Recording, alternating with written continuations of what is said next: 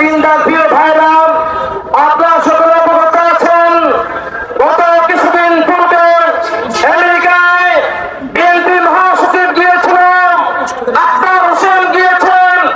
সেখানে আওয়ামী লীগের দোসর নাম আখতার হোসেন বলেন বিল নিক্ষেপ করেছেন, একটা প্রমাণ পেয়েছেন আওয়ামী লীগ একটা দুষ্কৃতিকারীর সন্ত্রাসী সংগঠন কিনা।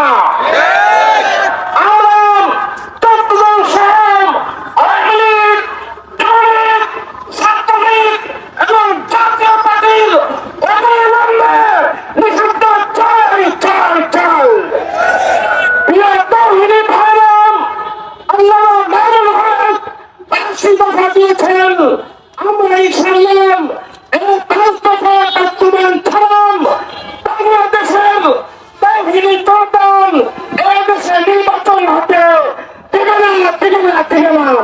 এরপর আমার সংক্ষিপ্ত আলোচনা শেষ করছেন।